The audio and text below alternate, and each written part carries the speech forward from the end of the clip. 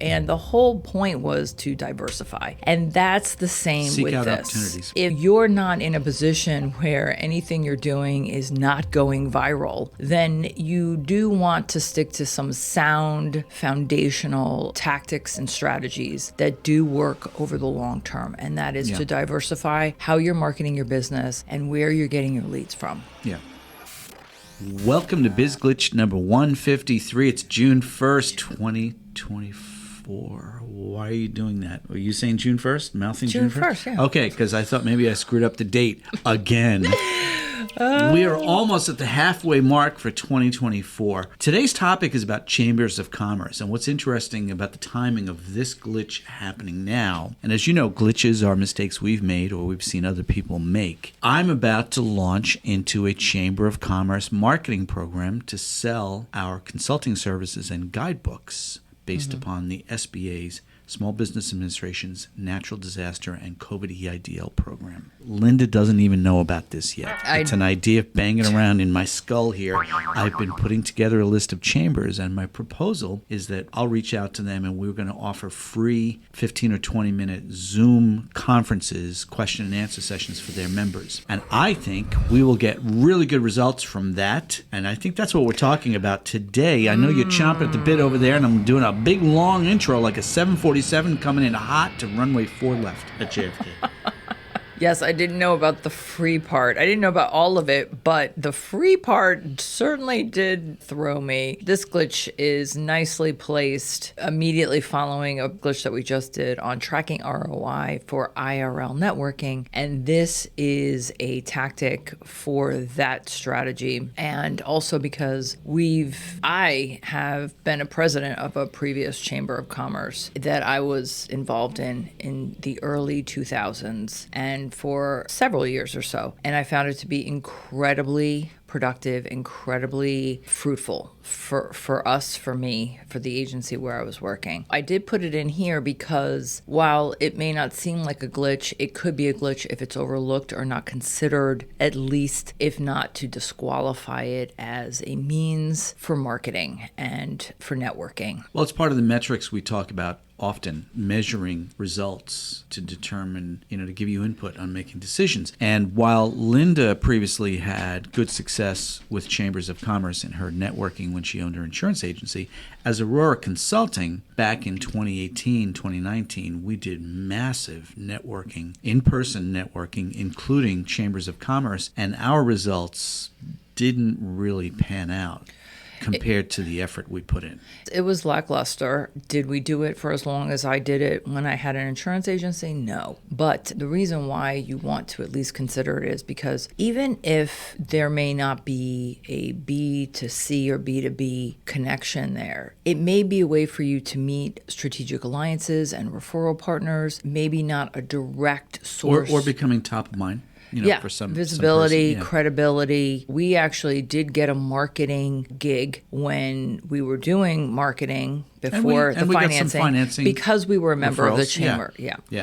We did have results. I don't want to make it seem like it was all bleak and zero results. We did see results, but for the amount of effort we put in, I think maybe two components of that was, number one, we were offering something that was very unique, that there was no one else in the chambers of commerce spheres that we were working within that did the same thing. Nobody did what we were doing. And secondly, we're new to the state of Connecticut back then. A lot of these folks have been doing business together or have known each other for years. Many of them went to high school and college together. So there was that kind of cliquishness to these chambers that we found it difficult to penetrate. I don't know if the pandemic hadn't happened and shut that down, I don't know what the result would have been, but I'm willing to give it a test, as I mentioned at the beginning of our glitch today. The other thing, too, is, this is a testament for us that things that we did for a couple of decades prior may not be the same, which is why this project exists, because things can be a glitch because you haven't tried it, and things could be a glitch because you tried it and it's not the same anymore, because things could be fluid and things do change. Nothing is permanent. But there is some considerations that I think are important for this glitch related to Chamber of Commerce networking, and that is the leadership. Is the leadership sound? Is it active?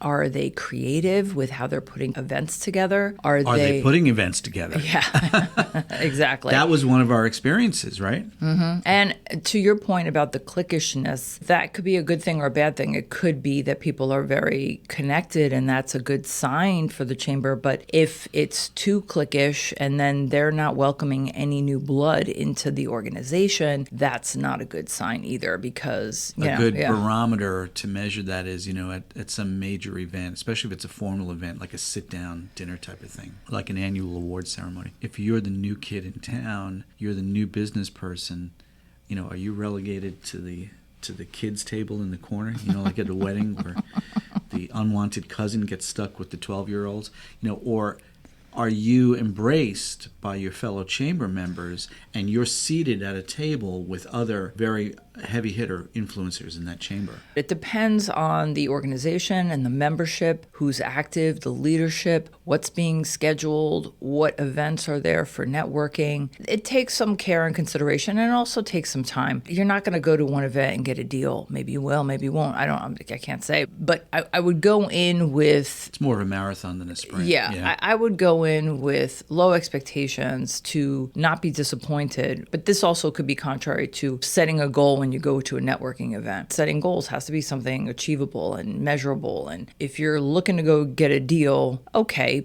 or maybe it's, I just want to meet 3 new people that are good referral partners, something that you can sink your teeth in so that when you're there, you don't feel like a wallflower, but you're also identifying with people that could be productive for future networking and future possibilities. I want to bring in an element on this conversation about IRL, in real life contact. I read a wonderful piece in the New York Times this morning about a woman who created a journal to help people on their journeys towards emotional maturity, and how it exploded on TikTok. And how her explosion of selling this journal on TikTok through influencers, selling more than 1 million copies of this book that she self-published, it caught the publishing industry by surprise. And I know that it is very easy, especially for folks in our audience who are substantially younger than I am, like Linda, or substantially younger in general, to think poo-poo to the in real life, in-person idea of selling your products, your services, or networking. But it has a value. I've done it for decades because there's the human element that people will do business with you if they like you. And if that's the only thing you can accomplish at a Chamber of Commerce event as an ROI, and make some acquaintances, friends who might ultimately refer business, you've arrived. Yeah. It's a win. Yeah. And to go back to this self-published author who sold, more than 1 million copies of her book only through self-publishing and social media, it appears now that she has signed a deal with publishers around the globe. The sales are not as robust. So the old school traditional kind of publishers still don't know what to do. That's a whole other glitch with publishing and books and authorship. Yeah. It's not the same anymore. I just wanted to present it as another textural element of the idea that we encourage you when you're selling your products or service. That's why we're talking about chambers of commerce today. We talked about federal contractors previously. You've got to be looking for opportunities out there, always on the hunt. For the goal and actionable item, even if you start with 5 minutes, maybe 15 minutes, to explore, poke around on the website. Maybe there's more than one Chamber of Commerce in the vicinity where you are. Like where we are, there's a few different ones. Test it out. Are we suggesting time to research? Yes. Are we suggesting time where then maybe you go to an event and that's going to be time? Yes. But that's where, when you get to a point of making an educated decision, you can discount that and move on and not be wondering, should I have done that? Do I have regrets about it? Blah, blah, blah. You can't know until you try. That's right. Another actionable item is to consider some of the benefits of joining a chamber of, or at least attending and testing if it's a place for you to network. And that's just the various, not only networking opportunities, but it's a public relations strategy. There is a government advocacy component depending on how involved you are in your community. And part of the events could be in education and training where you could be learning some things along the way too. Most chambers are amenable to the idea of people attending an event without being a member. obviously that encourages membership. That is true. If you're running into a Chamber of Commerce that won't let you attend an event unless you're a member, move on. I think that's a fail on their part. Right. Right? I mean, the glitch has a list of some of the benefits. So take a look at that. If you're a glitch guru, you'll get that. And that is 153 out. Namaste. Pizza in my belly. Pizza in my belly. Set. Can you tell my makeup is a little... It's fine. Set. Does it look